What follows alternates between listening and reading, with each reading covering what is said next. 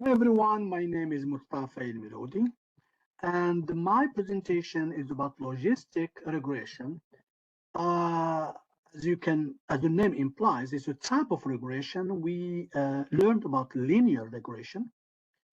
So what's the difference between the two? The main difference is in the type of outcome, the type of the outcome that we are trying to predict.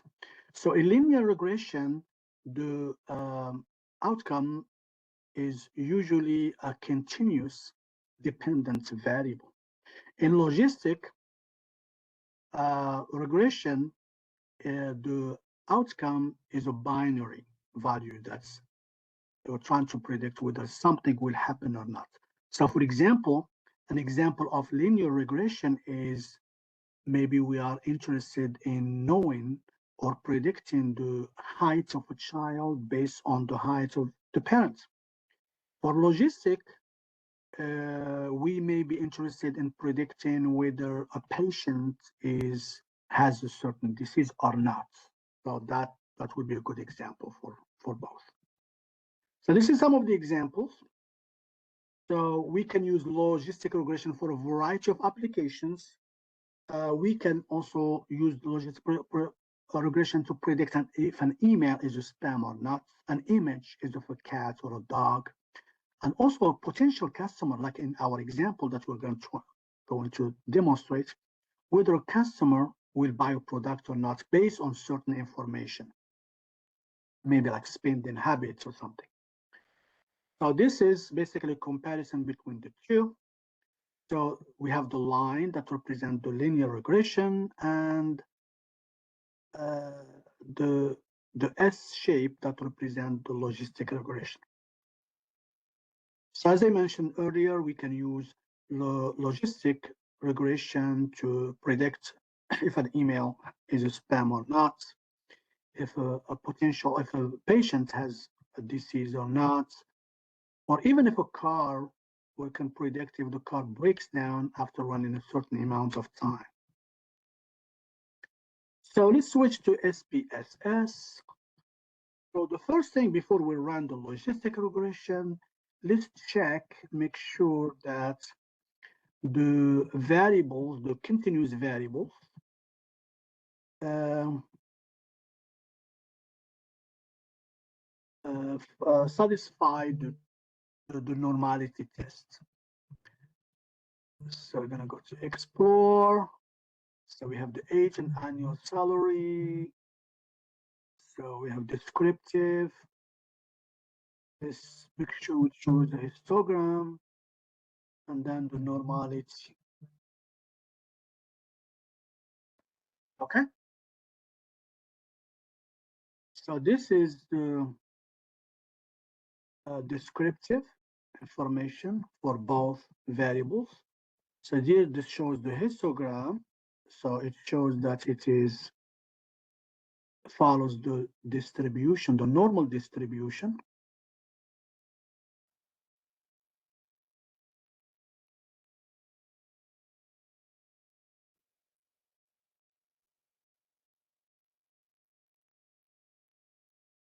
This is for the age, and this is also for annual salaries.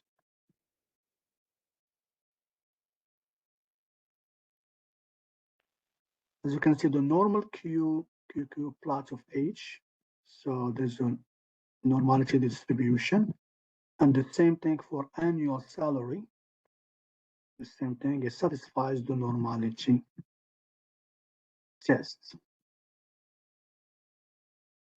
All right, so after testing the assumptions, now we need to run the logistic regression. But before we do that, there are certain assumptions specifically for logistic regression. The first one, making sure that the variable that we're trying to predict, which is purchase, is a dichotomous dependent variable. Also, one of the assumptions is making sure that at least one or more independent variables are continuous, which is the case. We have age and annual salary. Another assumption is about the multicollinearity and independence of observation. So to test that assumption, we are going to run the linear regression analysis. So we have the dependent variable is purchase, and the independent variable are age, salaries, genders. We have only age and annual salary. So the statistics, we're gonna go into check the collinearity diagnostics, make sure it is displayed. Click continue, and then go to plot. Everything is normal, and then we're gonna run it. So it is for collinearity. So we are going to go down to the table.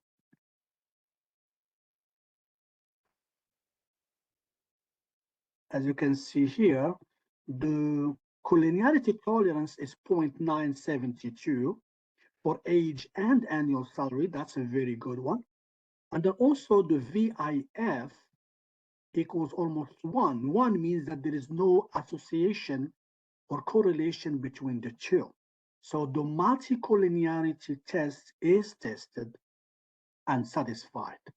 So now it's time to run the logistic regression by going to analyze, and then we go to regression and binary logistic. So our dependent variable is purchased, and then we have the other variables are covariates. So we have gender, we have age, and then we have the annual salary. Okay, so categorical, only one variable, the gender.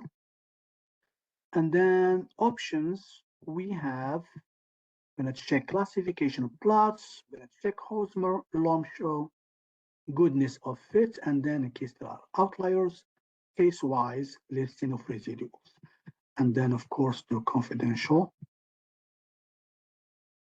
the confidence interval, 95%.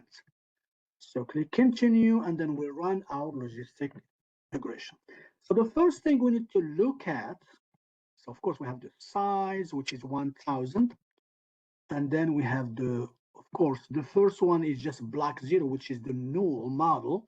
We're gonna skip over that, and then we're gonna go straight to black one, which what we are interested in. The omnibus test of model coefficient. As you can see, at least one of the variables is statistically significant. Remember, the first table is our model significance as a whole. So as you can see, at least one of the predictors is doing a good job. So our model is fits beautifully.